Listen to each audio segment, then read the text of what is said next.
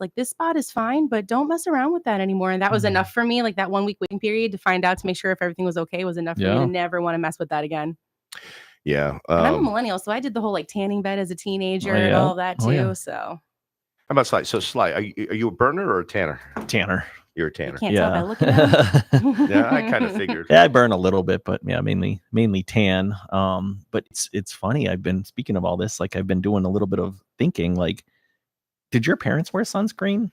Like when they were growing up? Like I don't think it was even a thing. My dad did, but that's where I got my fair skin from. And he was bald on top too, so he had to do like the sunscreen on the top of his head, on his nose. He had like that typical like thick layer on his nose where it's just like a white video of sunscreen. So a video popped up one day on my TikTok feed about this kind of thing, and they were saying like the person was saying how, obviously skin cancer is a big thing and get it checked out and all that, but the cases of it have just skyrocketed.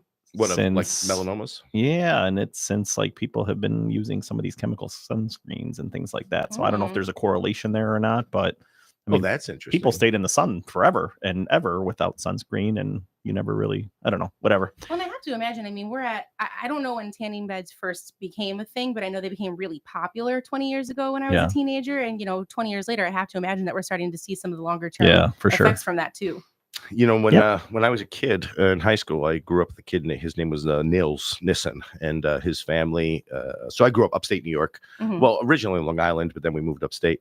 And this was an upstate friend, and we his family would go and camp out on the beach of like the Hamptons every summer for a solid week or 2 weeks. One year I went with them. We were in the hot sun in the middle of probably August for a solid week camping out. And I remember my skin had become so burnt that my face, like it almost looked like leather face. It had wrinkled and hardened. And then, and this is going to sound gross. So the parental guidance suggested, my face was just oozing from blisters. Yeah. You would touch it and it would just second pour. degree burns. Mm-hmm. Yeah. That happened to me. Oh, really? Not on my face, but it happened on my back when I was a teenager. I went with a friend's family to up to the UP in Michigan, and none of them brought sunscreen because they're all, they get tans, they don't need it. And I was the only one. I was a kid. I didn't think to bring any. And so I went out repeatedly for a week into the sun. And when I came home, my back was like hard to the touch. And I had to experience that basically for the rest of the summer. It was horrible. Ouch. Yep. Ouch. Mm-hmm. And so my friend Nils, about the time my first daughter was born, so 2007, he passed away from melanoma. Oh, no. Yeah, so from skin cancer. It kind of makes you wonder, is it the exposure to the sun, or is it the chemicals we're putting in our body? Who knows? And when you put on sunscreen, does it block the vitamin D? I don't know. I don't know how that works. Couldn't tell you. I'm not a biologist or a chemist. I know you don't get burned when you wear it. That's all. Right. Yeah. And sometimes that's disappointing. You put so much on, you're like, you come home from vacation, you're like as pale as you were when you left. Right. Right. I was never a sunscreen guy growing up. And we had it, but it was probably like SPF 1, whatever's cheap at the dollar store shelves. I always try to be careful with the language and talking about being pale too, because now I have a daughter who looks just like me. I have one that tans like my husband and then one with really fair skin like mine. And so I'm always trying to be like really aware of both the words that I'm saying when I'm talking about like pale skin and like the way that people around us will be like, oh, I'm so pale. And I'm like, but pale's not ugly, right? Because we're in front of a child who's very pale, and she's going to internalize that just like I did. Let's be careful, Right. I mean, it's all just kind of societal, whatever. Right. What is in and what's fashionable. Just like you look at, kind of paintings from the 17th and 18th and 19th century, and the vision of what a beautiful woman is different than what it was in the 1960s, and that changed in the 90s, and it's changing again. And it's like every different culture has its own vision of what is beauty. I think it changes out honestly as quickly as fashion trends seem to change out these days, because I remember even just back when I was a teenager, there was that term heroin chic that was really in, where all the heroin actresses chic, really? it's a real thing. The models and the actresses and singers, everyone was as skinny as humanly possible, and that was like the thing, right? And then like the Kardashian body type came into be, so like you wanted the like curves and the roundness, and like that got a little bit more celebrated as I got older. So I've even just seen that shift in my lifetime. It's funny. You say the Kardashian curve. I couldn't pick out a Kardashian in a lineup if you paid me. I really don't know. No. I'm just not plugged into that section of pop culture. I saw a funny meme this morning that was the Kardashians just had their 20th year anniversary for their show, and I could proudly say I've never seen a single episode. Yeah. And I'm in that. I've never watched it. Yeah, I don't think I've ever watched it. Not out of any sort of stance against it or anything. It just No. never really particularly interested me. I Same. can't believe it's been 20 years it's been on though. Wow, that's crazy. Yeah, and it's not stance against it. It's it's just it never was kind of never in my peripheral vision of what interested me. Just the same thing with the whole Housewives and the Jersey Shore stuff. That just never interested me. I never got me. into that one. I think I had two favorite reality shows during the era of like reality TV becoming big though, and it was America's Next Top Model. I loved watching the drama from that one with like Tyra Banks. Do you remember that? It was a while back. And then they had those like celebrity like dating type shows. Like Bret Michaels was on one for like Rock of Love. And then they had like Flavor Flav for Flavor of Love. It was crazy and trashy and horrible. And I loved every second of it. It was so fun to watch. It's so funny. I think, these reality kind of TV shows is what kind of started my distracting my interest from we live reality. I don't know that I necessarily want to see kind of hyper realized reality on TV, and especially as scripted as was. Although I did get into the Survivor back in the 90s. Fun. I liked Survivor. I watched the first couple of seasons of that. We would watch that, and then there was a show The Mole. Do you remember that one? No, it came on right after Survivor, right when you remember it, Sly? Oh yeah. Yeah, my mom and I, that was like our weekly thing. We would watch Survivor and then we would watch The Mole. Got really into that one. What was The Mole? It was like kind of like some espionage type thing. It was like it's hard to describe it. You're asking me to describe a show from years ago. Basically, it was like you had a group of people and like all of them but one were like normies, and one was like a spy like mole that was like giving information to each other about something. I don't remember what the secret was, so forgive me, I'm probably butchering this, but it was kind of like Survivor though, in that like you would each week there would be like a voting round, and then each contestant would like go into like the little confessional box and say which one they thought was the mole, and based on it was like, this is the person I think is the mole, and if it's not, this is the person I think should go or something. And then like somebody would get eliminated every week or something like that. It was really neat though. I'm kind of bummed it's not around anymore. But that was fun to watch. It sounds like I want to jump back to Survivor, because as you're saying that, it just kind of occurred to me. Do you guys remember the first season of Survivor? Yeah. Okay, so Richard Hatch, I think, was the winner, and it was very interesting to watch because you saw the drama and it felt like real drama, and they were creating all these alliances and working with each other and who would break the alliance. But this was before. So Survivor was the first time we really ever saw what can a bad guy do to win a competition, and how he betrayed the people he built the alliance with and eventually won. It was the first time we really saw that in modern television. And I think kind of after that, we now have this. And we see it on Facebook. We see it in our politics, where the most evil person sometimes wins. Yeah, absolutely. Evil or cunning or however it is you want to slice it.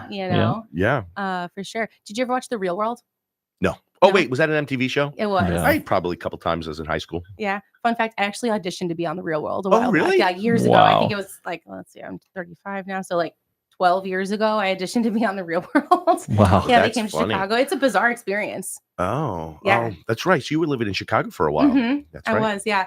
Yeah. I mean, it's like hundreds of people in a room, everyone's lined up, and then you get sat at these like weird tables with like a group of people, and they're like, okay, life story, go. And you've got people just like immediately just like babbling their entire like life story, deep dark secrets, crying at like a circular table with a group of 30 other strangers. Wow. And I mean, you're trying to get picked to be on a reality show, right? So you're saying bizarre stuff to try and stand out. The most unreal stuff. Sure. Literally. I mean, it was such a weird experience. And I got a call back and I ended up just being like, no, thank you. I don't need to go to the second round of that. That was weird. That's not for me. That's an interesting story. Yeah, I'd like to hear more about that sometime, maybe during lunch. Sure. I was on a reality show. What? Well, Oh, yeah. No, I know this. yeah. I was on House Hunters. You sure were. Back in 2011, I was one of the House Hunter I looked agents. it up. I wasn't able to find the episode. Oh, no? No, you'll have to send me the link one day if you have it. I did try and find it, though, one day. Holly posted it on her Facebook. It's out there. Really, but the copy of the video that they gave us of the show was just really poor quality. It's really before digital. They gave us this kind of copied CD of it. And excuse me. But what was funny is, the show is 22 minutes of playtime and then 8 minutes of commercials. For those 22 minutes, we filmed for 11 days. Wow. Yeah, no one believes that when they see it. 11 days of filming. I think I had to be on sets the wrong. I don't know, but I had to be there for 6 of the days, and then the other 5 days were at the buyers' different houses. How did you feel when you went back and watched it? Did it like cringe? Did it make you cringe to like see yourself on TV, or were you like comfortable? Do you think you did well? Yeah, one specific thing that blew me away. One of the things is you're out there and you're giving your reality. Like, we all have these things we say, different ways that we talk with our clients. They don't want that. They don't. They want, because they think that provides confusion. Because when I walk through a house with a buyer client, I say things like, hey, we can take this wall down. We can plug this. You can upgrade this. I use the we because we're kind of like a team there. Yeah. And boy, they cut me every time. Like every time I said we, they're like, who's we? You're not buying this house, Dick. And even my clients were getting a little upset with the director saying, but that's how that's the reality of what this is. Yeah. So they were your real clients. So that part wasn't staged. They were real clients and they really bought a house. Okay. Yeah. I don't want to get into the secrets and ruin it for everybody. But yes, there is a real house that gets purchased. We don't make any money on that on the episode. We just get the commission for selling the house. You don't do it for free. And but there was one thing that we were in one of the houses. We're going up these stairs, and the stairs kind of split. So you go up the main stair shaft, and then one goes to the right, and there's a little game room up there, and then one staircase goes to the left, and that's where the bedrooms are. And I get up there, and I say the stupidest, cheesiest line: "Jason and Amanda, have you ever seen a split staircase?" and that was what made it to air. There was like 11 takes, and that stupid, cheesy line. And does it haunt you sometimes? It does. It haunts me. And I'm not good like camera on demand. You turn that camera on and now say something interesting. Yeah, I don't know what to say. But yeah, it was a fun experience. I would do it again. Yeah.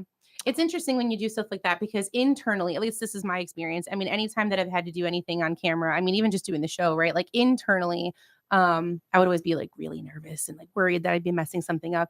And then I would always get this feedback from the people around me, like, no, you did great. That's amazing. You're a natural. And I would look at it and I'd be like, wow, it's amazing how different the external presentation of that nervousness looks versus like what you're feeling inside. Because anytime I've ever had to go back and watch myself, I'm actually like, I'm always prepared to cringe. And I'm like, oh, actually, I did okay. All right. Yeah. I mean, this show's a great example. I mean, the number of compliments I get for you. You're a natural on this. You're a natural on the screen and on the air. Thank you. That's very nice to hear. I love hearing that feedback. I mean, keep it going, but but I was very nervous to start. Oh, stop. Now it's just the three of us hanging out.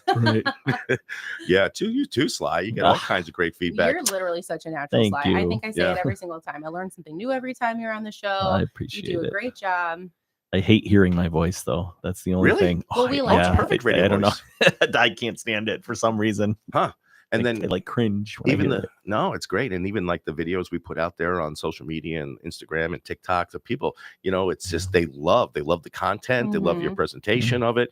I mean, it's really cool. I mean, not one of us have gone as viral as Paul Burker, who he's got all that personality though. I mean, I don't blame him. Paul's a great guy, but he said something about filling a pool with well water based on a question I asked, and then the internet didn't disappoint. Everyone people had are very opinionated about that for some reason, aren't they? Yeah, the views are still continuing to climb. Last time I checked. Oh, really? Yeah, it was That's hilarious. So funny. Like 30,000, I think, views. I mean, we talk about things here all the time that are really good. They save you money. They help you with your planning. They literally change your life.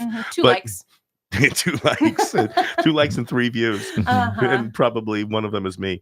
And then you talk about filling a pool with well water, and it's like, holy crud! Right? Social media is weird though, right? So like, especially when I first started out, I had a lot of imposter syndrome, and I would get very sensitive to posting things online, and when it wasn't well received, and when I say well received, I'm not saying when I got like negative feedback, but when I would get no feedback, right? Like I would put something out there and it would get no response. And I'm like, oh, nobody cares what I have to say. Oh my gosh, should I even keep posting? What's the point? But then I would look up other very successful agents, even ones in our area, and they're doing the same thing. They're posting the same stuff and they're not getting a whole lot of response because like people are reading it. And that's really what I came down to recognizing is just because people aren't responding to the stuff that you're putting out there when it's quality content doesn't mean they're not reading it and absorbing it and keeping it in their mind. No, absolutely. That's what I've noticed through my time in politics and business is that you'll get people coming up to you out of nowhere, people you don't know exist. Hey, you're that guy on this, and I watch your stuff all the Mhm. time, but they don't necessarily interact, Yeah. but they're watching. Absolutely. They're watching. They're watching. They're always Curse. watching. What's that song from the 80s? They're watching Watching, you. yeah. Oh, copyright tell you. violation. Yep. Can't do that. Yeah. We've now been demonetized on YouTube. Darn. Anyway, we're getting a little bit away from ourselves. Let's get into the market minute because, we've got every time this time of year, we expect changes. But interestingly enough, we're not seeing that many changes in the market. So let's hit you up with a kind of a recap on what's going on in this week's market in Northwest Lake County. Stay on top of the market with Dick Barr's Market Minute. Dick Barr's Market Minute. Hello and welcome back. This is Dick Barr, your host of Unlocking Lake County, here with this week's Market Minute for Wednesday, July 24th, 2024. Starting with the entire region of Northwest Lake County, we're sitting on 189 active homes, 39 new listings this week, with a big drop from last week, 78. 51 homes have gone under contract in the past 7 days, about the same as the prior week, where there was 55. 173 homes have gone under contract in the past 30 days, big jump from the prior month, where there was only 117. Days on market average, still just over 2 weeks at 17 days, with this number's ticking up slightly. The month supply of inventory at 0.9, so just under a 1 month supply of inventory. And I'm going to go ahead and silence my phone. So sorry about that. Lowest priced home sold in the region is $60,000 with a $1.2 million high. $4.9 million is the highest active, and a $356,000 purchase is the median purchase price. Now on breaking it down, starting with Antioch, where they have 31 active listings currently. 10 new listings this week compared to 6 the prior week. 11 homes have gone under contract in the past 7 days, up from 7 the prior 7. 35 homes sold in the past 30 days, about double the prior month, where there was 18. Days on market average is 17 days with a 1 month supply of inventory. Lowest priced home sold in Antioch is $145,000 with a $1.2 million high, and a $2.5 million is the highest active. $365,000 is the median price. Now on over to Volo, Fox Lake, and Ingleside, where they're sitting on 32 active listings. 1 new listing this week, big drop from 9 the prior week. 3 homes have gone under contract in the past 7 days, up from 1 the prior 7. 12 homes have gone under contract in the past 30 days, slightly up from 10 in the prior 30, and a days on market average of 24. They're sitting in the highest month supply of inventory with 4 months. 140,000 is the lowest priced home sold, with 625,000 at the high. 1.7 million is the highest active, and a median sales price of 335,000. Now on over to Gages Lake, Haynesville, Third Lake, and Wildwood, where they are sitting on 26 homes actively on the market. 9 new listings this week, about a drop in half from 18 the prior week. 9 homes have gone under contract in the past 7 days, about half of the prior 7, where there was 20. 28 homes have gone under contract in the past 30 days, up from 18 the prior 30, and 17 days on market is the average sales time. Only half a month supply of inventory in the Grays Lake area. $176,000 was the lowest price. $600,000 was the high price. Highest active property is $977,000, and the median sales price of $340,000. Now on over to Gurnee, Wadsworth, Old Mill Creek, where they're sitting on 42 active properties right now. That's the highest in the region. 6 new homes have been listed this week, a drop in half from the prior, where there was 11. 6 homes have gone under contract in the past 7 days, down slightly from the 9 the prior. 28 homes have gone under contract in the past 30 days, about double the prior 30, where there was 15. Days on market average is 18 days, with a just over 1 month supply of inventory. 220,000 was the lowest priced home sold, with 956,000 is the high. 4.9 million is the highest active property, and 430,000 is the median. Now on over to our backyard of Lindenhurst and Lake Villa, where we're sitting on 36 active listings right now. 6 new listings this week, big drop from the 21 the prior week. 14 homes have gone under contract in the past 7 days, slightly up from the 10 in the prior. 28 homes have gone under contract in the past 30 days, up from the 24 in the prior 30. 16 days on market is the average sales time, and 0.8 month supply of inventory. Lowest priced home sold was $207,000 with a $1,075,000 high. $4.5 million is the highest active. with a 359,000 median. And to wrap it up with the Round Lake area, where they're sitting on only 22 active properties on the market. That's the lowest in the region. 7 new listings this week, down from 13 the prior. 8 homes have gone under contract in the past 7 days, staying steady with last week's 8. 36 homes have gone under contract in the past 30 days, about 30% increase from the 26 in the prior. And days on market average, lowest in the region, only 14 days, with a 0.8 month supply of inventory. Lowest home sold price, I always get that backwards when I say that. Lowest priced home sold was $60,000 with a $555,000 high. $499,000 is the current highest active property with a $317,000 median. Okay, let's hear it. Any surprises? What's going on? No surprises in anything that you said. Surprises in how I agree with you. You said just before you got into this that this is typically when you see things slowing down, that you haven't really seen that be the case. If anything, I feel like I've been noticing things ramping up. I've had more people contact me this week about selling and buying than I think I have all summer, and it wasn't a slow summer. Yeah.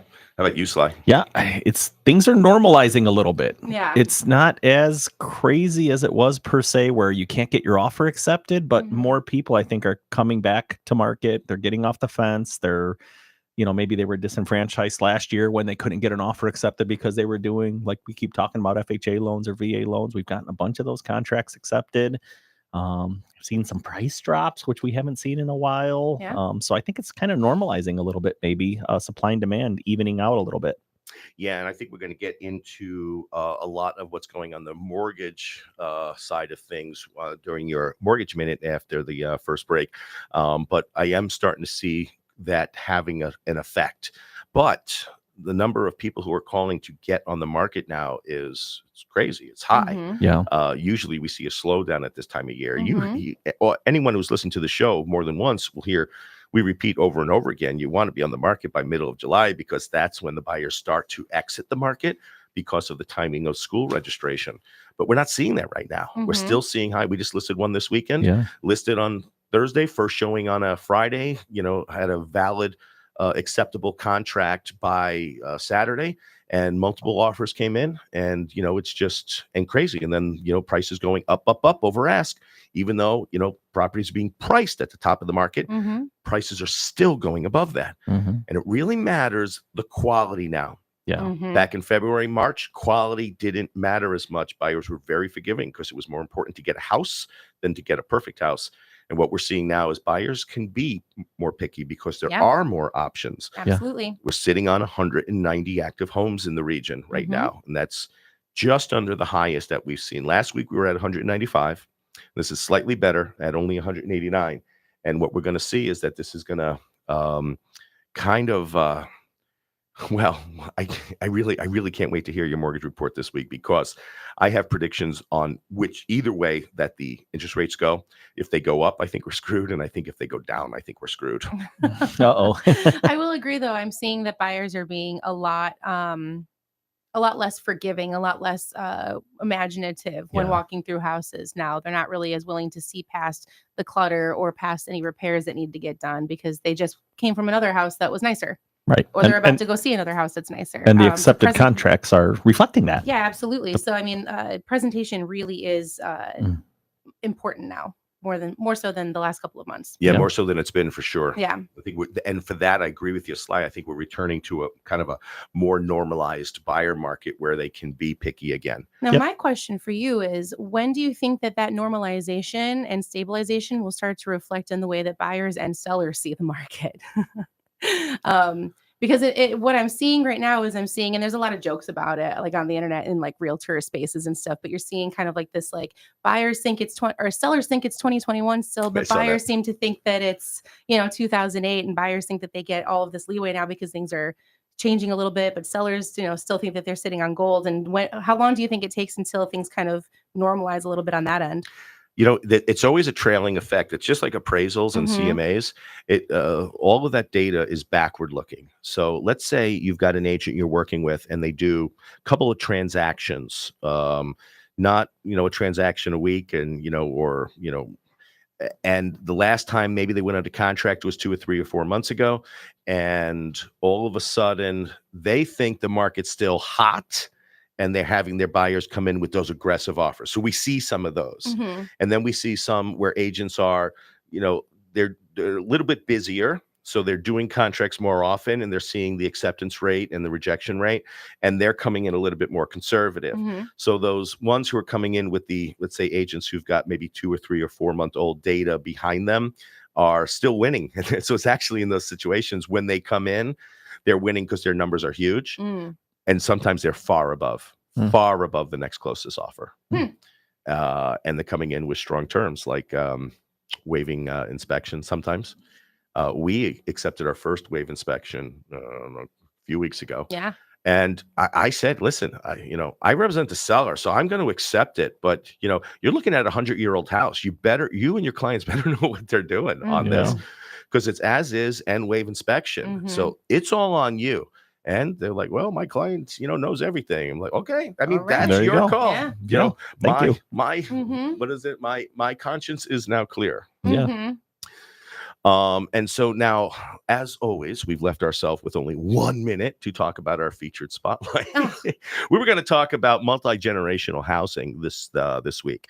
Not a lot of it in Lake County, but with prices going the way they are and the way kind of zoning regulations work in the county, I think it's something that we have to start looking at and addressing. My family partakes in it. Yeah. What's that? My family partakes in it. Oh, really? Okay. By choice?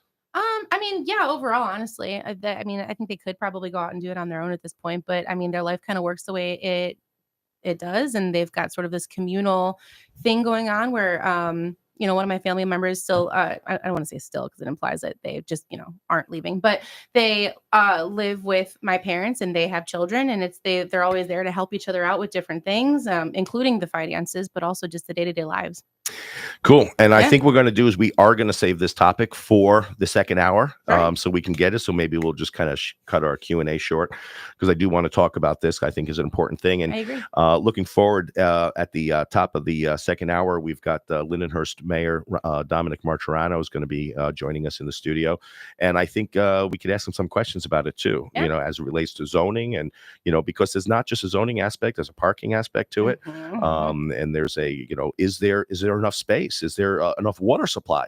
Like all these things will matter as you increase the occupancy of homes. But we're going to get back to all of that when we come back after this break. And when we come back, we're going to join Sly Marinka of the Sly Marinka team at Cross Country Mortgage, who's going to give us this week's mortgage update. We'll be back. Unlocking Lake County with Dick Barr will return in just a few moments after these important messages. Don't touch that dial.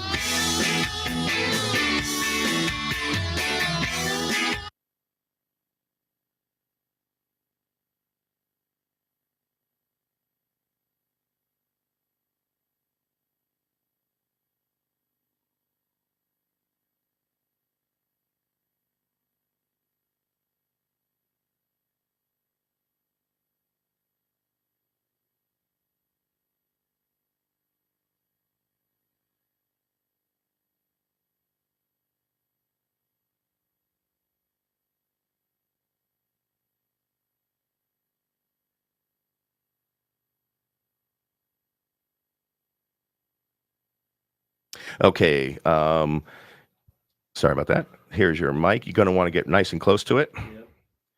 And then give me, you want to bring out your chair up? Okay. Give me a test 1, 2. Testing 1, 2, 3. Let me bring you up. Okay, again. Testing 1, 2, 3. Okay, that sounds good.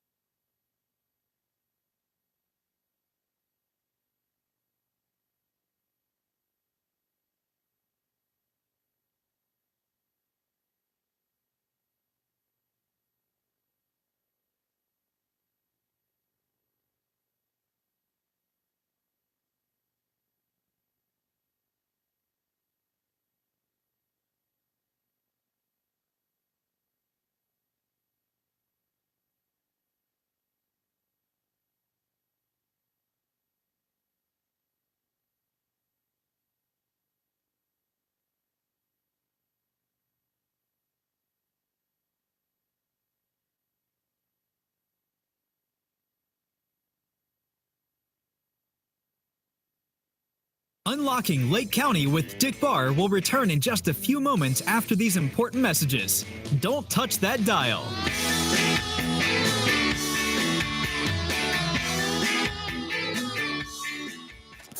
You're listening to Unlocking Lake County with Dick Barr. Unlocking Lake County. 98.3 The Life. It's the best station on the radio.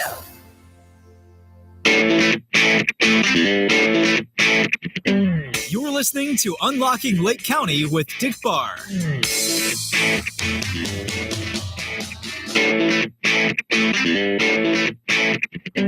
Welcome back to Unlocking Lake County with your host, Dick Barr.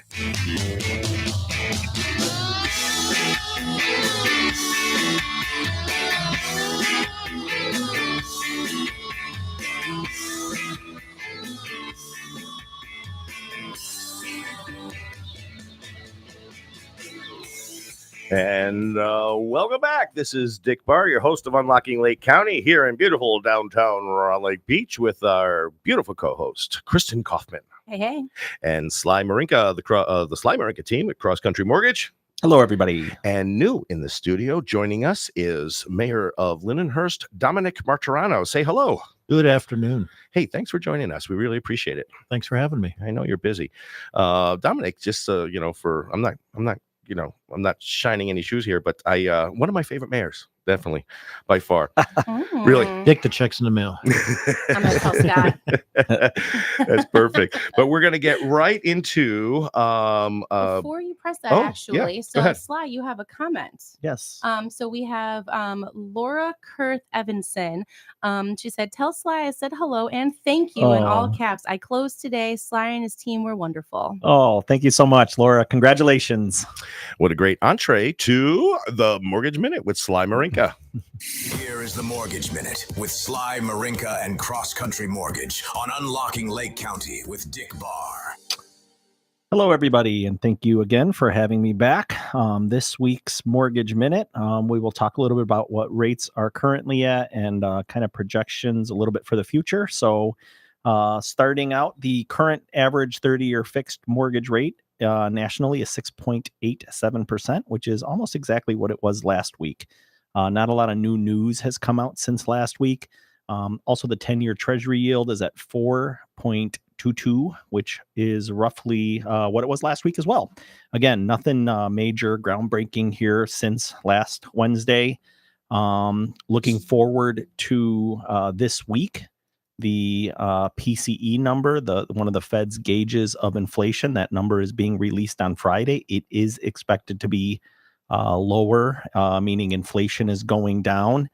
Another interesting report that recently came out was the quarterly census of employment and wages. They released their fourth quarter job revision data, which showed that even after the Bureau of Labor Statistics' own revisions, they still overstated jobs by 293,000. Oh, my God. Oh my It was on goodness. top of the 750,000 Exactly. they already adjusted? Wow. Yeah, so there was millions of jobs created in the fourth quarter last year or Turns out whatever. there were 3.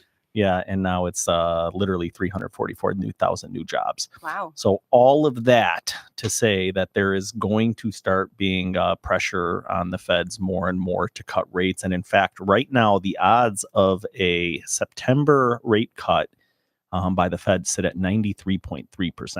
Wow. Oh, yeah. So get ready. Everybody who's been kind of waiting for lower rates, it's not going to, go down a huge amount overnight, but it'll be a start and hopefully it'll trend downward. We were talking about earlier as well. Actually, Canada, our neighbors to the north, the Bank of Canada cut their interest rates today. Significantly? A 0.25%. Okay. So not a crazy amount, but But we've learned at the show that is significant. it is, and the trend going forward, it looks like that may continue for a little while. Everybody, all these governments are trying to get inflation down, and it's happening, and they're gonna not want to lose too much economic growth, and so that's one way to do it is they'll start lowering the rate so people start borrowing again. Sly, why did it do such a aggressive drop so suddenly and quickly? Well, they don't. It's 0.25%, so it's not a super aggressive. If it's an emergency, if the economy, like when COVID happened, they dropped. They did emergency rate cuts, right? because it was a major economic thing. But this is more of a trend where they're pushing the inflation down slowly by cutting the rates slowly, each time they meet, basically. Okay. I think it's going to continue to happen for sure here. It looks like it's happening in September, 93.3% odds right now. And then going forward, we'll have to keep an eye on that inflation, because if inflation kicks back up, that could cause a problem where, they may decide not to further cut rates. I might have jumped in at the wrong time, though. I thought we were talking about Canada. We're talking about the U.S.? Yeah, Canada's was 0.25%. Okay. Gotcha. Yep. Yeah. And the one for the U.S. is projected also be 0.25%. Oh, really? Yep. Okay. Yep. So we might see low sixes. Well, it's not the actual mortgage rates that they're cutting. It's the short-term borrowing rates and the Fed funds rates. Those are the rates they control, but mortgages follow, right? Like all rates do. Yeah. Same with the prime interest rate. That's what your credit cards are attached to. That's what your home equity line is attached to. The Fed controls those rates, but mortgage rates typically follow along with that. Okay. So I'm curious to see, because you said something earlier that kind of, if you said that things get bad even if rates do come down. Yeah. What's your reasoning for that? So I think if rates go up, so this is the way I see it. If rates go up, you're going to have less sellers selling, right? And creating more of an inventory issue. Yep. But you're also going to have some less buyers because of the rates are up. If rates come down, you're going to see a lot more sellers jump on the market. We have so much pent up supply. Yeah. People sitting there well beyond the 8-year average of living in their homes. Sure. Because they're in these sweetheart interest rates. When those rates come down, you're going to see potential for not just increased inventory, but a flooding of the market of new buyers who are selling, buying, selling, buying. So I think you're going to see, I think we're going to catch 22, no matter which way that wind blows. I think we're going to see potential increased pricing. Yeah, and I could definitely see that as well. But I also see that, obviously the lower the rates, the more affordable things become, right? I mean, which means more buyers. True. But also those buyers are going to be paying less, meaning they have money for other things, so it spurs economic growth, right? Because they're not paying so much in interest. So it is kind of a catch-22. I see your point, definitely. Prices, I do think, will go up, but I think that will also get a lot of people off the fence that, like you said, that maybe haven't wanted to sell because, they have such a sweet, 2-3% rate and they don't want 7. But if we get down into the 5s or, the 4s even, now you may say, all right, I'm ready to move. So I think that would free up a lot of inventory and also get buyers in at the same time and really just spur a lot of economic activity. But if you increase by any degree, by any order of magnitude, the number of buyers in the market on an already tight supply, you're going to be driving prices up. Right. So my take is that we'll have more supply because all of the people that are waiting, but they're also probably buyers as well. So I guess so. That's a wash. I guess seller is a buyer, yeah. right? He's either a buyer or a renter, right? So they don't actually create the inventory in certain segments. They will. Yeah. Like if they move up, they'll create a buying opportunity for someone in their old house. Sure. And if they're moving up into a bigger house, more substantial, they're taking inventory from there. Yeah. If they're moving maybe for a different geography, we might see some geographic or regional differences in inventory, supply and demand. But if they're downsizing, we might have a problem where we have some seniors competing with first-time home buyers for the same type of product. Absolutely. Kind of that small ranch home where they can just so I think it's going to be interesting. I don't think we can tell 100% what's going to happen one way or the other. Yeah, it'll definitely be interesting to see unfold either way. I'm going to ask you kind of a leading question, Sly. So for anyone who is a potential home buyer and hears in September, we might see some decent cuts. Does that mean that people should be waiting until September to talk to their lender to get things started? Well, I mean, nobody knows for sure what it's going to be. We're 99.3% odds, but the market's already building that in. That's why we've seen rates come down below 7% for the first time in a while, because the markets already know that. They're already baking in that to the current pricing. So yes, I mean, the rates could come down further. When you get under contract, you don't have to lock your rate in. You can elect to float and wait until you get closer to your closing. But as far as stopping what you're doing today and putting your home search on hold because you think rates are going to come down in September, you may miss out. So there's definitely something to that. What I like about when the rates come down is for the people that are already owners, right? The people that already have their mortgages, because now is a time for you. I mean, I got a huge increase in my tax bill. My insurance went up. I want some relief. Now, it's probably that my rate's probably not, because I refinanced in 2021. So I'm probably never going to be able to get lower than that. But for the people that bought over the last year, 2 years, 3 years, that are stuck at 7.5%, if you could get down to 6.25% or 6%, that's significant savings, and that'll help alleviate some of that pressure. And so what I will say, if you are in a situation like that, get in contact with a good local lender, get everything ready to go. Make sure, and to be clear, it doesn't have to be the lender that you originally made your purchase with. Nope. You could work with your current servicer. You could work with, the loan officer that helped you. You could work with, anybody. But just make sure your ducks are in a row, because, credit's a huge part of it, obviously. Unfortunately, I've had to tell people in the past, sorry, you can't take advantage of the low rates because your credit's a lot lower than it was when you purchased. So things like that, preparing some funds, because even if there are no closing costs, let's say you have an escrow account that has to be funded, and you have to come up with some money for some taxes or insurance or whatever. If you're not in a position to do that, you may not be able to take advantage of the lower rates. So always important. Get prepared now, so that way when the time comes, you can just pull the trigger, so to speak. Absolutely. And get going rather than just starting that conversation. Yep. I'm going to take that one step further, and my opinion might be a little unpopular on this. Sure. And Kristen, this is right up the alley of what the advice you're always giving is, which is the best time to buy a house or best time to sell a house is when you need to, right? So if all of the points and decimal, pennies and dimes aren't that important, when you have to do it is the best time to do it.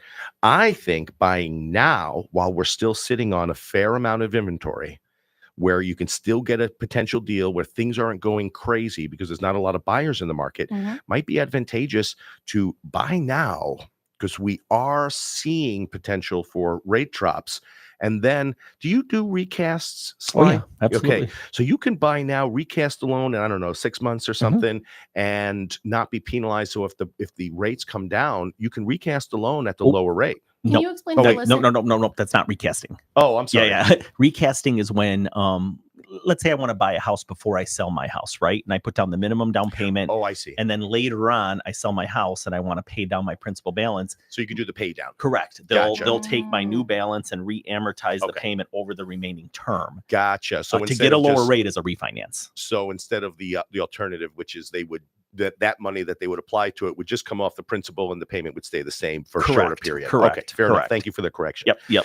So, but they can refi. Correct. Let's say, what is the minimum time allowed? Was it typically 6 months? Yeah, I mean, there's really not a minimum. Really? Technically, now most lenders will have something called an early payoff period, where there's a certain period of time where if you pay off the loan, they'll lose their initial commission or whatever. But if rates drop significantly, you're able to typically refinance. There's no prepayment penalty, right? So most loans that we're doing these days don't have a prepayment penalty. So you're typically able to refinance right away. I mean, it typically takes a few months. I mean, rates don't move that quickly, right? Like the rate today at 7%. I highly doubt it's going to go to 5% in September. Sure. Crazier things have happened, but it's not normal. But typically, anywhere 6 months down the road, 7 months down the road. There is also FHA streamlines. There's VAIRRRL refinances where they're streamlined, where you don't have to do an appraisal. They don't verify your income again. Those typically you have to have been in the loan for 210 days before you could take advantage of that, which is after 6 payments, basically. See, this is exactly why it's so important to have you on the show, and I appreciate it. Yeah. Because that level of detail, we think we know everything, and but we don't. And so I but that's my lane. I constantly tell people all I day. appreciate Anytime I get questions surrounding that kind of stuff, I say I'm the people person. I'm not the numbers person. Let me refer you to a numbers person. And what was that? Was that the VA thing? Was that IRRRRRRL? How many R's were in that? 3 R's. 3 It's R's. Interest okay. rate reduction, but I don't know what the third R is. Is it just for pirates or? Yeah, something like that. Yeah. But yeah, it's the VA's streamline refinance, where again, you don't verify income as long as you've been making your mortgage payments on time and you've had 6 payments under your belt on your new VA loan. You could take advantage of a very easy, cost-effective refinance option. Okay, so back to my point, which is if you, before I was so eloquently corrected, and I appreciate it, Informed.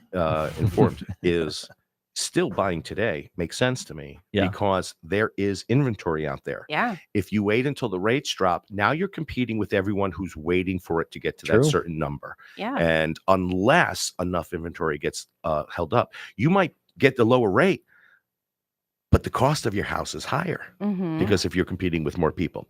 So anyway, so that's everyone's got to do this what their own circumstances allow for, and talking to professionals is probably the most important aspect that they can do to be informed about which way they move.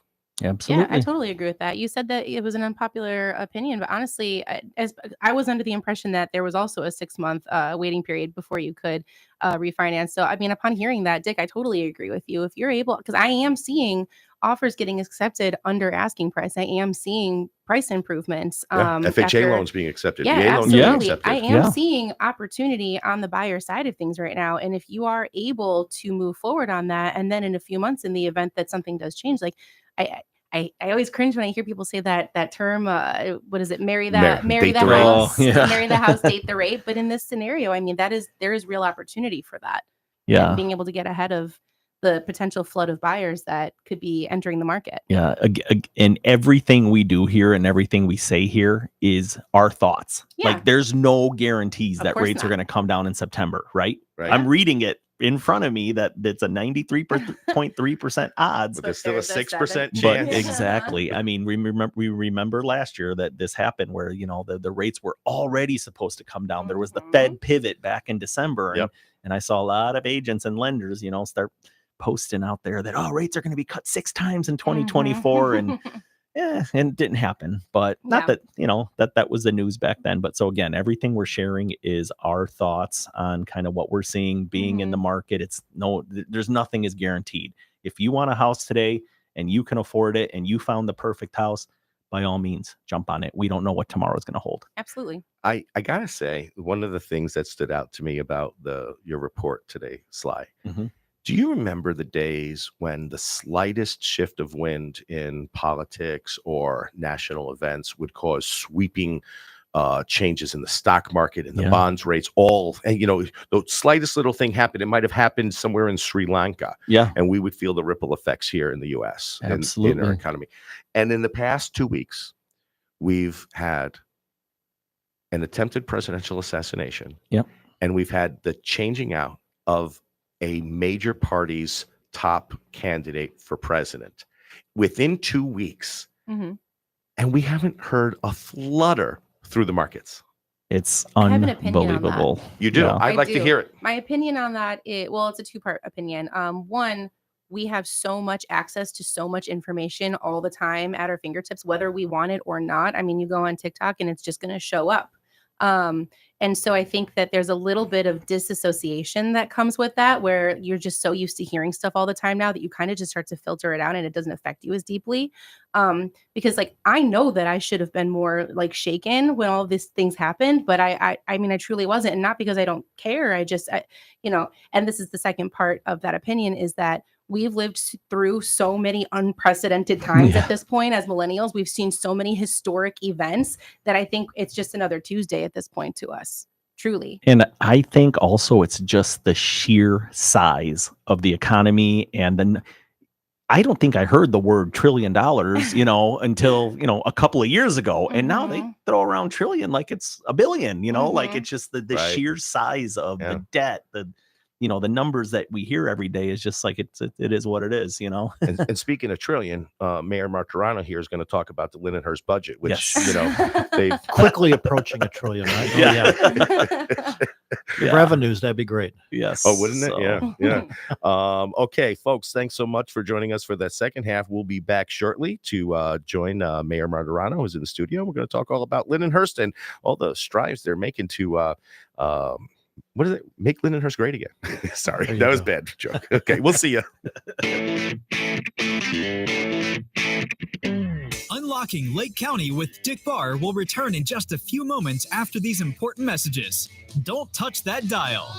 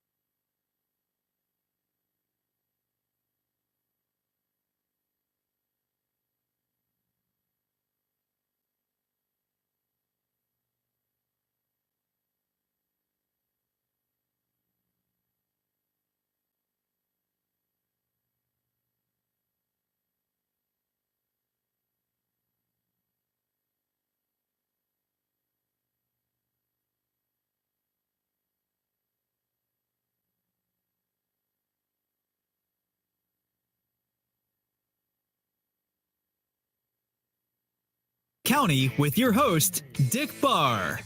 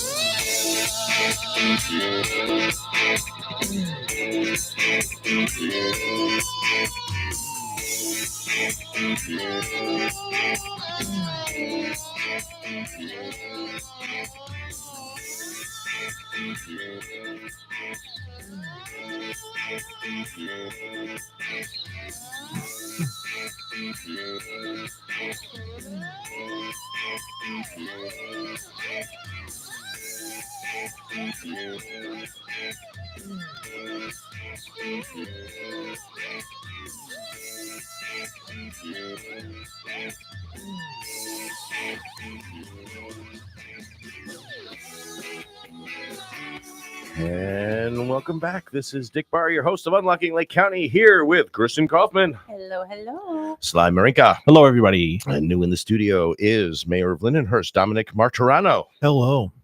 Welcome back, everybody, and thanks for joining us.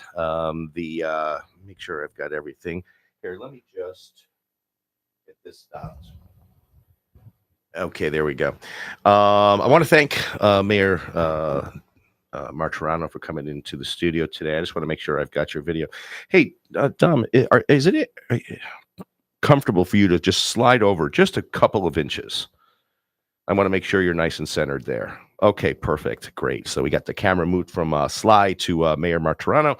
And so, welcome. Introduce yourself. Thank you. Yes. Thanks for having me, Dick and group. I'm Mayor Dominic Marturano from the village of Lindenhurst. I've been the mayor since 2015. On my third term now. That term ends in 2027. I was previously before mayor, 2 terms as a village trustee. So at the end of this current term, I will have been on the village board for a total of 20 years. Wow, that's a lot of service. Thanks. So in addition to being the mayor of Lindenhurst, you also serve on some boards throughout the county. What are those? Sure. As a consumer of Lake Michigan water through the Central Lake County Joint Action Water Agency, otherwise known as CLC JAWA, every town who gets water participates on that board. I am currently the chair of the board.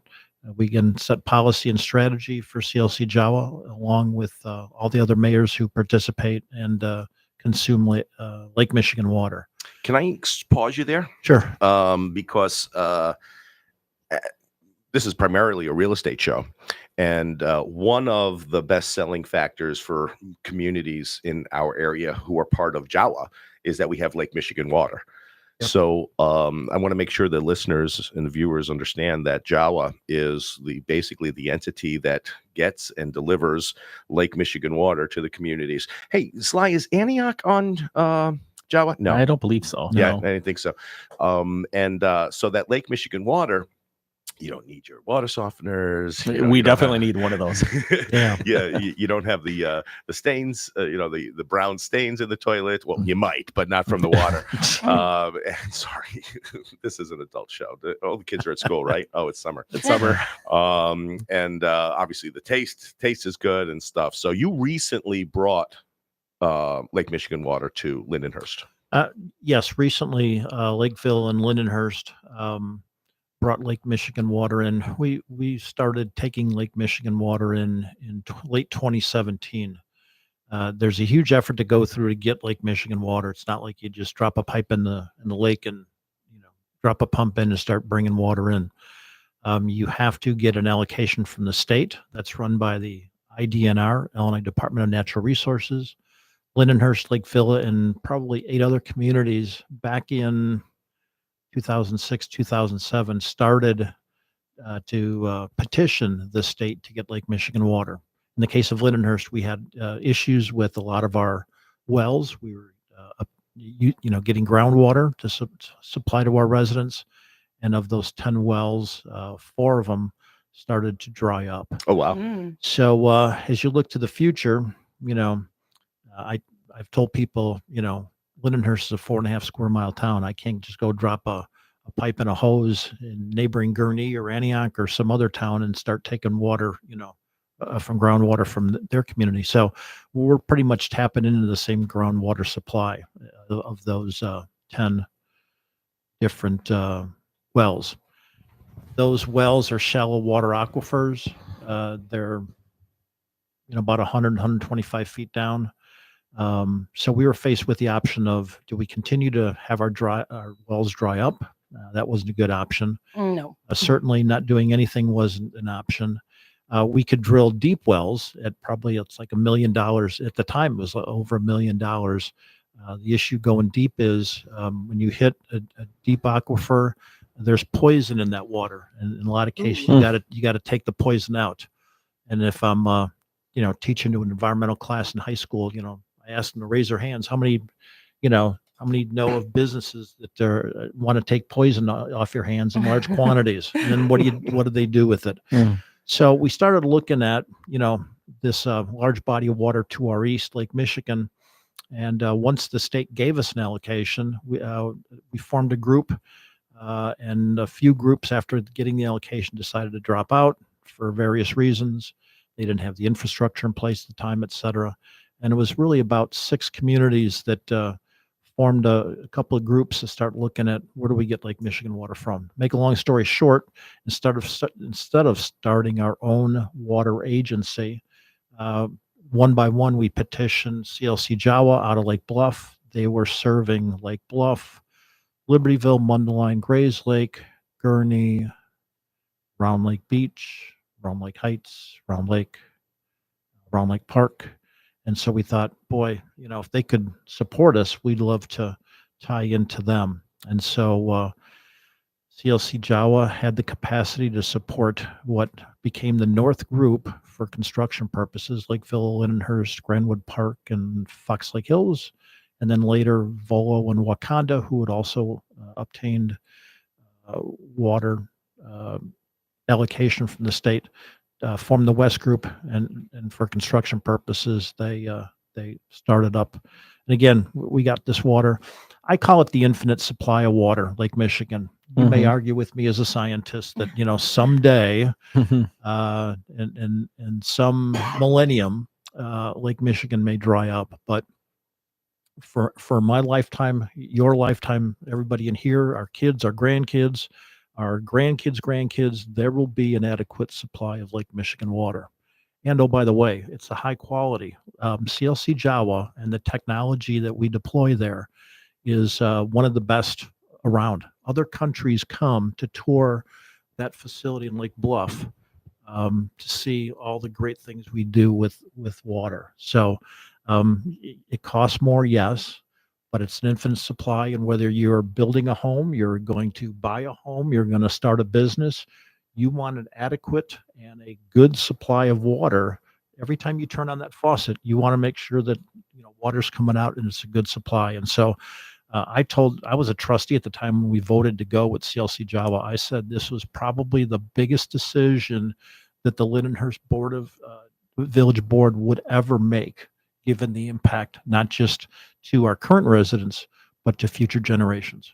It's before you guys had the project and brought the water in, we would hear all the time from buyers, I don't like the smell of Lindenhurst water, so we don't want to look there.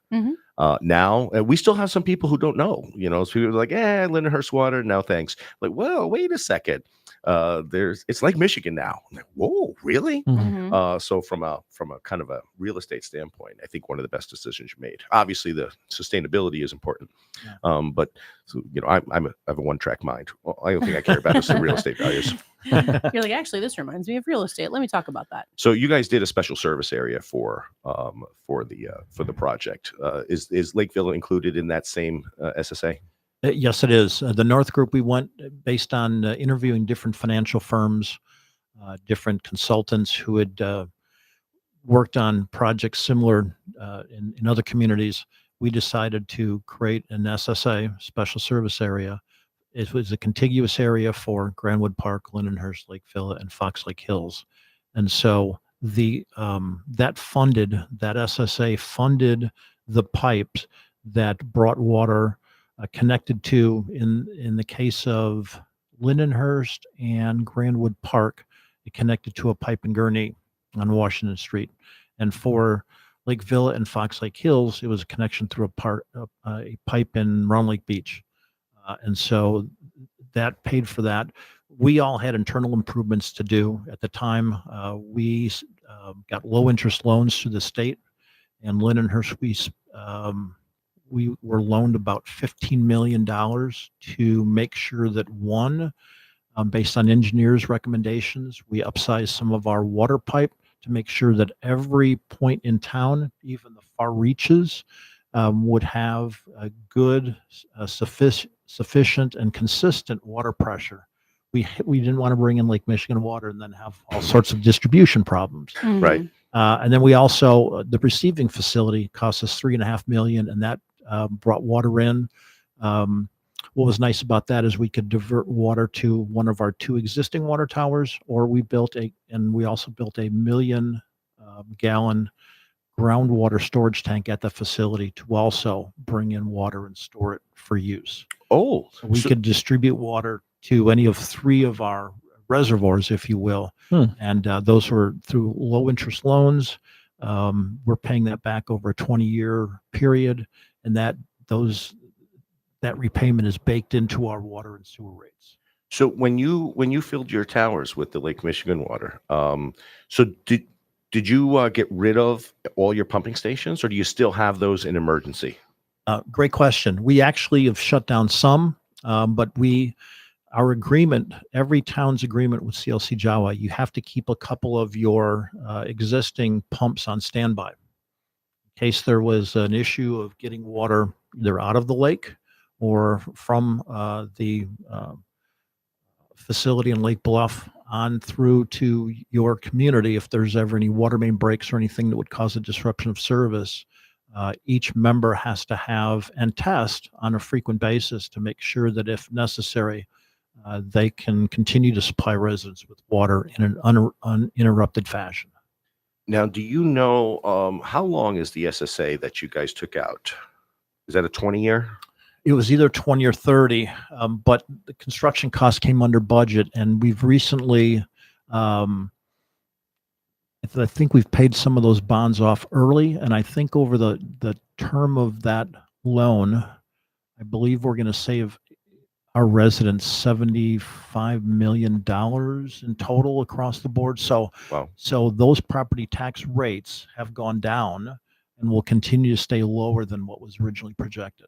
Now, did you know that you could have gone to Sly and asked him to recast those bonds? I didn't before this meeting, but I heard earlier that, we probably should have looked into that. So yeah, that's cool. And I remember when this project was going through, I couldn't believe, how often does government do anything that's on time or sooner and on budget or less? And Dominic for president. Right. Well, no, I pushed very hard because once we, I'm an IT guy by trade formally, and managing project plans, you always build in a fudge factor. We call it contingencies. And as we were getting close to the end, there was a lot of pushback of, we've got more time. We had committed to our residents in Lindenhurst that they would have water before the start of 2018. And as it got close, there was some talk of, maybe it'll go into early 2018. And I said, no, we've committed to our residents. We don't want to cut corners, but we're going to meet our commitments. We're going to be on time and on or under budget. And, right after Thanksgiving, we started in 2017, we started receiving water. And I would say we were completely on Lake Michigan water by December 15th. So we met that. And nice. That's, again, in government of any size, local, state, or federal, doesn't happen all that often. So and everyone who worked in getting Lake Michigan water, we were very proud of getting that water on time. You don't know him, but big government Gary would have been very disappointed in that. But with regard to, excuse me, forgive me 1 second. I want to switch topics real quick to talk about the other big thing that's happening in Lindenhurst that we've seen, because Lindenhurst Plaza, Lindenhurst Center, right across the street from our office. Yeah. We went to bed one night, we woke up the next day, we go to the office and we see it's already done a major change. What's going on there? It seems like it's a lively strip center again. Yeah. You and anybody who's familiar with Lindenhurst had seen the downfall of the Linden Plaza over the years. The prior owners did not want to put any money into it. There were times when anywhere from a third to a half of the storefronts were empty. Didn't seem to be a huge push to get those filled. Now, some residents on social media talked about how high the rental rates were. I talked to businesses that were in there, and they said our rates were really competitive, Yeah. And especially ones who were coming in said, we looked in other towns and, the Lindenhurst rate was, something that brought us here. So, believe what you want on social media, but the owners of that plaza, the prior owners, did not want to put money in. So, make a long story short, maybe about a year ago, a group approached the village saying that they were under contract to purchase the plaza. They were not flippers, if you will. They weren't in it for the short term.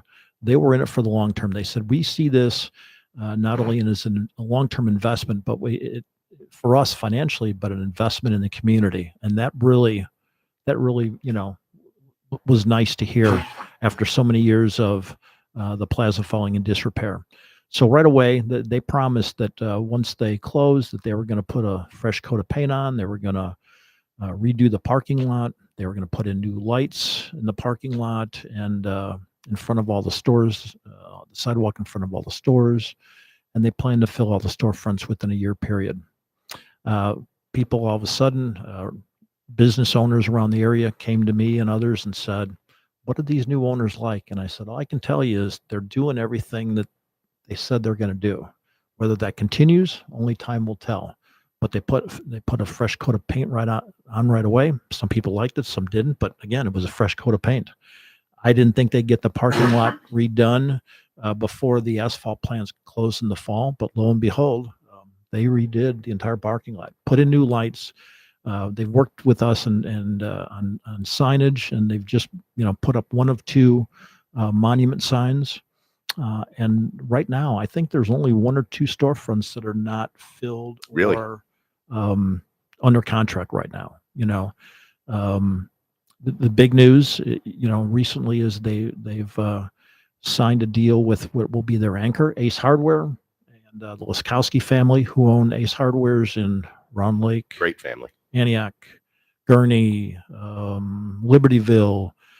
I think McHenry, Wakanda. They're actively involved in the Lake County and McHenry County area. I've been trying to get them to Lindenhurst for years, and I think finally my all my begging and pleading paid off with Rich and his sister Deb. So they're coming next spring. They'll be a great anchor. We've got new restaurants coming in. These owners have created kind of a restaurant row, tried to put these restaurants together as best they could. And one thing that they proposed when we first met was, maybe in a few years, we'll think about creating a space for some outdoor dining. My response was, don't wait a couple of years. You've got to do this now. Right.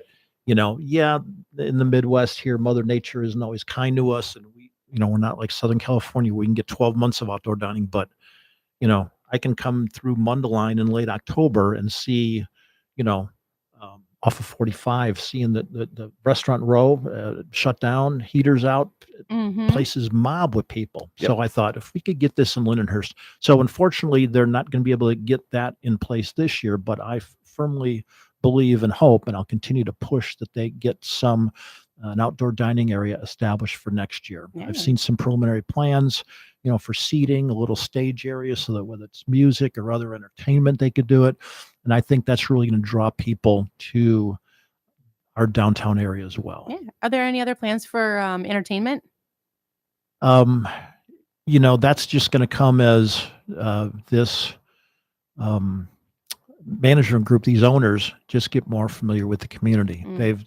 They've done once a month now. They just did the second one, kind of an artesian market. They probably had about 40 different vendors set up in the parking lot on a Sunday, and people just come out and look at crafts, look at other things that are going on. These people are selling, and it's been really popular. A few of the restaurants that are there have kind of pushed out some of their product out to the sidewalk, and have tables and booths, and I think that's going to continue.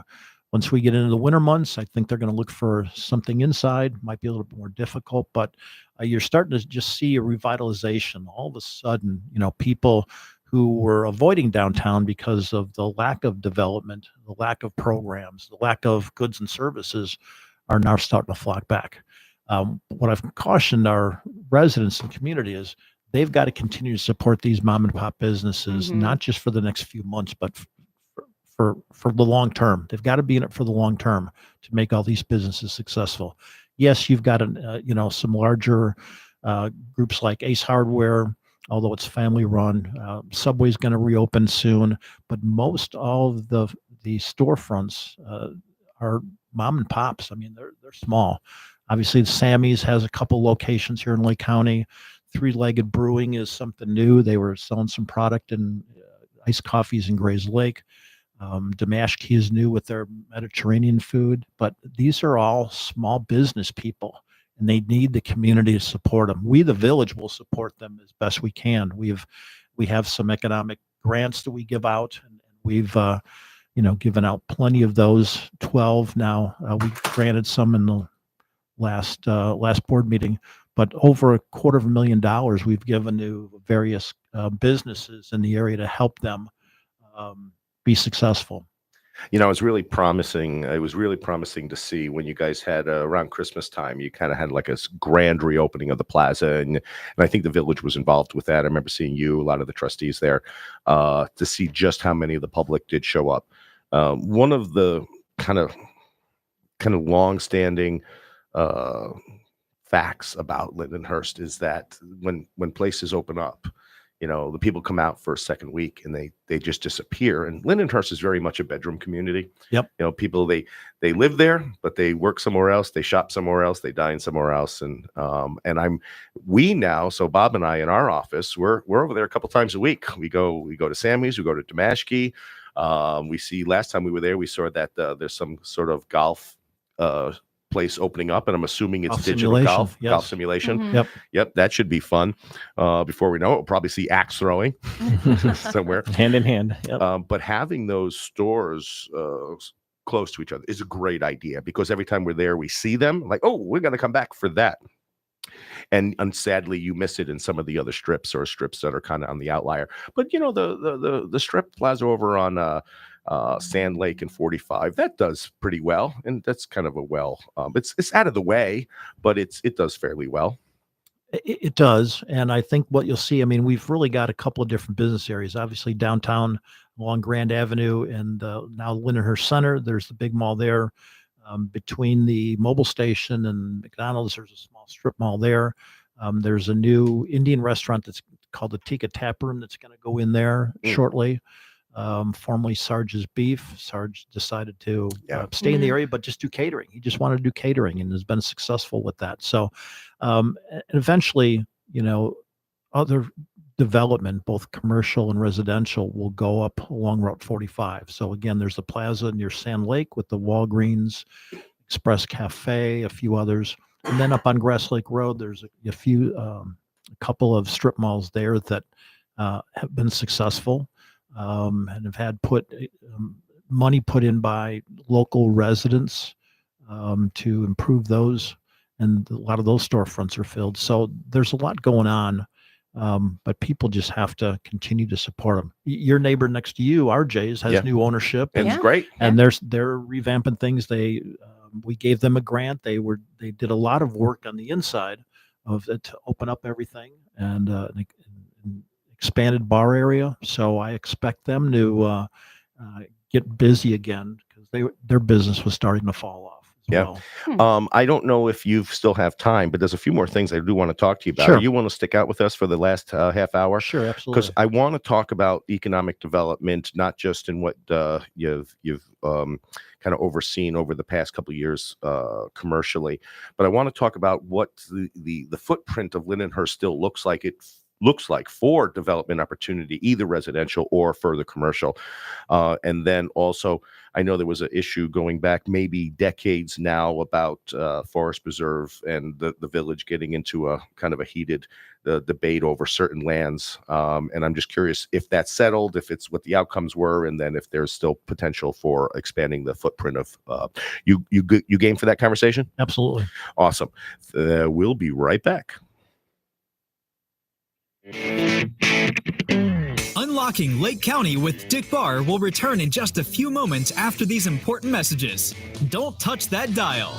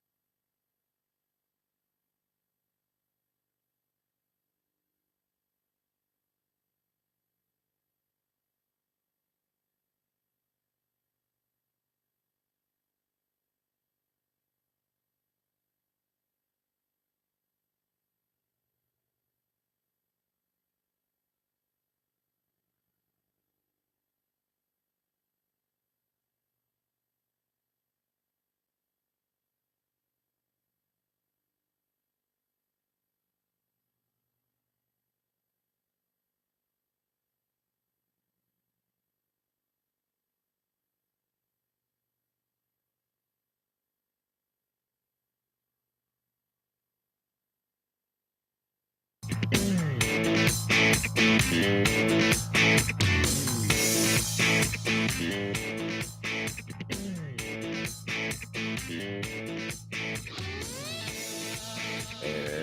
welcome back. This is Dick Barr, your host of Unlocking Lake County, here in the studio with Kristen Kaufman. Hey, hey. And Sly Marinka. Hello, everybody. And back for the last segment, Mayor Marturano of Lindenhurst. Hello. During the break, Mayor Marturano said he wanted to clarify something. So, Mayor, what was that you wanted to do? Yeah, in talking to everyone, and I want to make sure a lot of times I say I, it's really we. I can't do my job without a great village board to work together. And obviously the staff from administrator to police chief, director of operations, and all the employees are what makes it happen. Yes, I did talk to the Laskowskis a number of times and bug the daylights out of them to come to Lindenhurst. But, other businesses, they will talk to me. They will talk to other board members. They will certainly talk to staff. And so I say I, but it's really it's a team effort. And that happens with CLC Jawa as well. And I did mention that I'm also on the board for the Lake County Municipal League, which is a league of all the mayors in the county. We get together. I was explaining to Sly a little bit before one of our breaks that we get together and we're kind of, we commiserate with one another. We listen to each other's problems. We figure out how we can work out things together in the county. And we also do a lot of lobbying with our representatives in Springfield to make sure that we get legislation passed that's beneficial to our communities and not hurtful to our communities. So, I just wanted to bring that up. Yeah, no, and I'm glad you did. And that brings to the forefront something that, this isn't The Simpsons where the mayor wears a mayor slash and walks around the community doing this and doing that and fixing the potholes and picking up the trash, right? So, and Kristen asks a lot when we have community service people in. How do you get involved in the community? What is the job of the mayor? So, you're not a full-time mayor, right? That's correct. So talk up to the listeners a little bit about what is your, you don't have to give us your daily routine, but what is your role as a mayor of, what are you, about 14,000 population, right? 14,406. He knows. Not one less. Right. So what is the role of a mayor in a community like Lindenhurst? Sure. Most communities in Lake County, the mayor is part-time, maybe other than Waukegan or North Chicago and maybe a Highland Park or someone, but most communities around here the mayors are part-time. The villages, the municipalities are run on a day-to-day basis by either a city manager, in the case of Lindenhurst, a village administrator, who then has a chief of police and a director of operations or public works, and maybe other directors of other functions reporting to them. My role as a mayor and the role of the village board is one of strategy and policy. So we work on, the high level stuff, vision of the village, where's it going, and then kind of work with staff. How do we get there? As the mayor, I was explaining earlier on a break, I facilitate the board meetings. It's a business meeting. I run those meetings, but the mayor very rarely votes. I would only vote in a tie, and under certain state laws, when more than a simple majority is needed, like, for example, if we were annexing land into our village, I would have to vote on that. And there's a couple of other instances, but for the most part, the mayor, when it comes to board meetings, is a facilitator. And other things, obviously, right, people come to me if they're interested in maybe starting a business, extending a business, starting a residential development. And I'll talk to them initially to listen to them. But then I really appoint those potential community members over to our staff. They really get into the details. They know all the zoning ordinances. I don't. I mean, there's a reason that I don't. I have complete confidence in our staff at the village to do the jobs that they're hired to do. They work on a full-time basis. Again, we're just there for strategy and policy. We want to make sure we keep our employees happy. We want to keep our residents happy as best we can.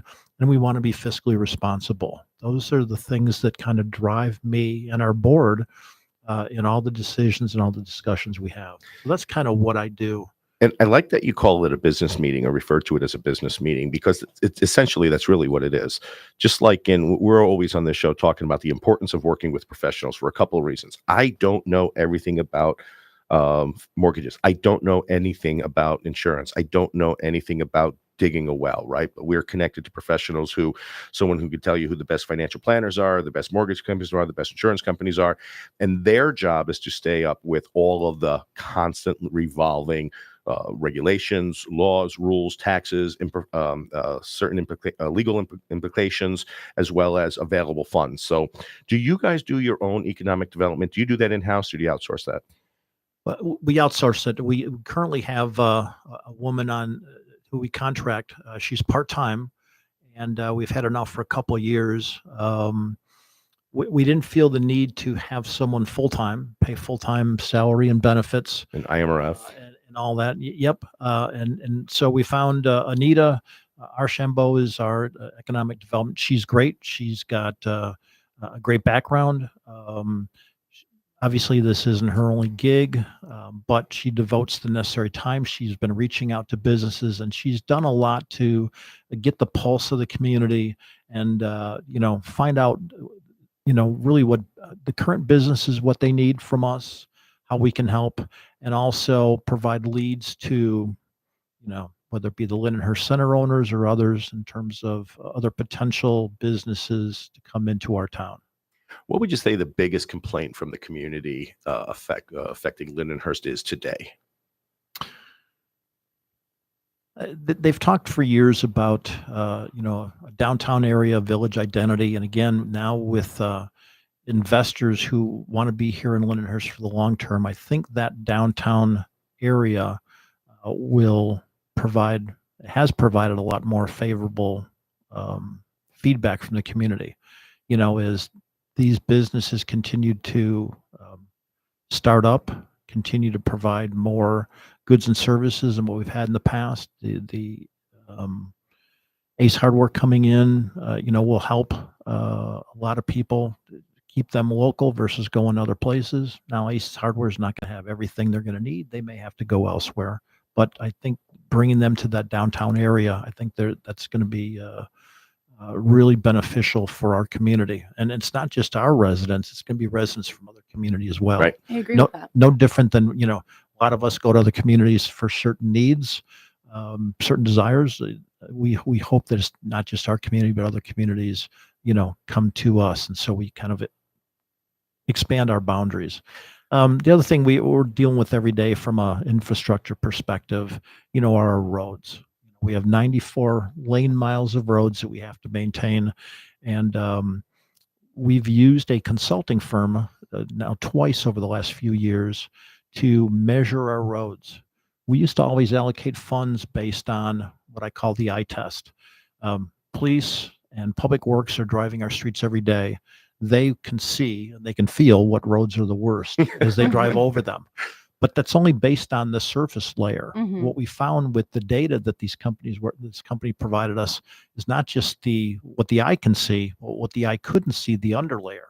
And so we've reprioritized our funding and actually had to provide more funding to roads to get them up to an industry standard that's even considered fair in the industry. Better than poor, better than very poor. And we're working, every day to try and figure out how to get the most out of those dollars. Motor fuel tax dollars, when you pay at the pump, your motor fuel tax, that goes to the state, and then a certain amount based on per capita is remitted back to the villages. That is an encumbered fund. I can't go and take motor fuel tax funds and use that to pay police officers, for example. It has to be used for roads. Right. So we can resurface a road, we can use crack seal on roads, we can use it for road salt in the wintertime. But that nowhere near takes us to where we need to be. So we have to have other funds, whether it's property taxes, sales tax, local income tax that comes back to us. We have to use all of that to try to get to that 94 lane miles as best we can. And we just last month, a couple of Mondays back, approved $1.4 million for this cycle, just this year, in resurfacing. I think it was 12 streets in the village. Okay. It's a humongous effort, and I know everybody wants their streets perfect. A lot of people feel that based on their property taxes, that their streets should be lined in gold. But as I remind people, only 3% of a Lindenhurst resident's tax bill goes to the village of Lindenhurst. Wow. 3%, three pennies of every dollar. And that also covers not just operations in certain aspects, that covers our police pension fund as well. So we do as best we can with a little, but we can't get to every, road in every year. So we do the best we can. And we now have good data to make sure that we're making the right decisions. Now, Mayor, you say it much kinder than I say it. So when I see those complaints, I shouldn't have a pothole in front of my house paying $12,000 a year in property taxes, and I would almost invariably say the same kind of cheesy line, which is, I agree with you. You shouldn't. So I want you to go to the schools and tell them to go get a bag of asphalt and have the schools patch it for you, because that's where 65 to 75%, depending on, is going to. And that's not a knock on the schools. The point is that because of the way the schools are funded in our state, it's almost completely dependent on property taxpayers. So our bloated property tax bills, huge portion is going to the states, villages making by with very, very little. And then you're also capped about how you can raise it every year.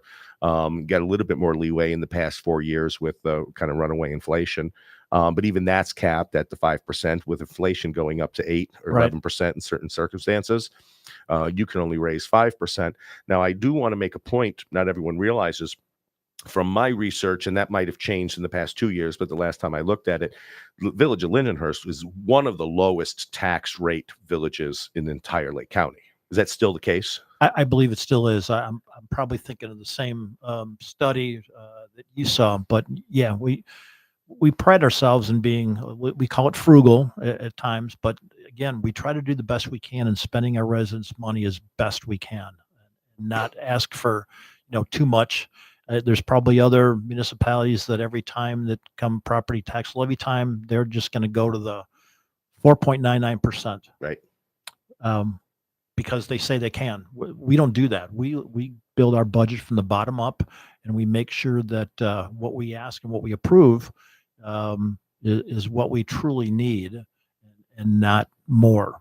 So when you say bottom up, do you go as far as saying you're a zero-based budgeting policy? Yes, we start every year. The departments, start their budgets. Obviously, they're going to look at their current spending, what the prior budget was, where they think they're going to land. But they're looking at operations on a day-to-day basis, what they project for the next fiscal year. Our fiscal year is May 1st to April 30th. And those, soon the budget process for next fiscal year will start. And those budgets are then reviewed by the administrator. We also have a finance committee made up of 3 of our 6 trustees that will go through and look at operational budgets. We have a capital plan that we review every year. That's kind of looking 5+ years out to make sure that our major projects, infrastructure, water and sewer, roads, bike paths, all those projects kind of feed together with what it is that we can expect based on the priorities we've set, based on the surveys we send to our residents. We've used a firm now, and I think we've done it twice in the last 4 or 5 years. We get feedback from our residents as to what's important and what's not, and we use that as input for our strategic plan, which we just updated last year. So all that goes into making sure that we're doing the best we can with the least amount of dollars possible. And forgive me because we're running out of time quick. So Sure. I'm going to do some rapid fire. There's a few things I want to kind of get information on.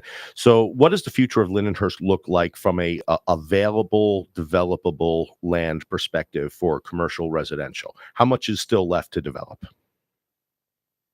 Well, there's still land possible for development along Route 45. That would be north of Grand Avenue. The Briargate community is well on its way. That's the age restricted 55 and older. That was approved in 3 phases, about 70 homes in each phase.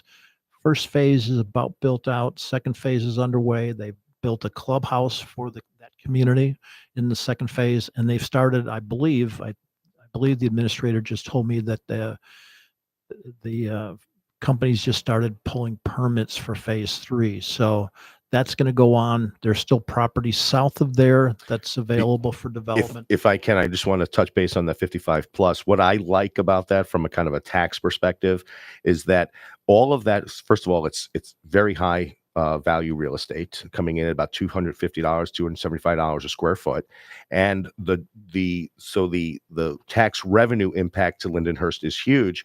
And the draw on the school system is almost non-existent, Right. because it's a 55 plus community. Yep. That's it's like a double whammy mega win. Yeah, when this company came to us, they were they kind of talked to us about having a focused on 55 and older, and I said, no, it's got to be enforced. Otherwise, you could get a young family, could be a starter home for them if both husband and wife are working, and that puts a huge burden on the schools. That's not what we necessarily need right now. So they made it restricted, and it's worked out really well so far. Cool. And what was the other lands you were talking about? So the land just to the south of Briargate obviously is open as well. That was part of originally the development that was going to be a large outdoor mall back in 2007, and that company from Arizona kind of went under when we had the economic downturn. And so, obviously that land is available for either commercial or residential. Just north of Sand Lake Road, and so if you're familiar with the area on 45, north of the Wendy's, there's some properties there that could be developed. Heritage Park, which is a little bit northwest of Wendy's. Back in probably 2012, they were putting in a number of townhomes. They only did about half. We just approved them to do the second half. 100 townhomes are going up as we speak. And I expect, again, as you talked earlier in the segment about the market, I think that's going to be a great landing place for people who want to come to Lindenhurst and get started. So there's plenty of places along Route 45, which I believe will be the corridor that will get built out in Lindenhurst fairly shortly once the downtown area is developed. And I hate to cut you short, but we're out of time. Thank you so much for being here. I hope you join us again, because I've got another 2 hours worth of questions for you. I'll come back anytime. Awesome. Thanks so much for joining us. That's Dominic Marturano from Mayor of Lindenhurst. Of course, we've got Kristen Kaufman and Sly Marinka, and you all know how to get a hold of them if you need them. Thanks for joining us again. I'm Dick Barr, your host of Unlocking Lake County, and we'll see you next week. That's a wrap on today's episode of Unlocking Lake County with Dick Barr. Thank you for joining us on this journey through the heart of our community, exploring the ins and outs of real estate and meeting the people who make Lake County truly remarkable. Remember, every property has a story, and every community member holds a key to unlocking our county's full potential. Don't miss out on discovering more hidden gems and expert insights.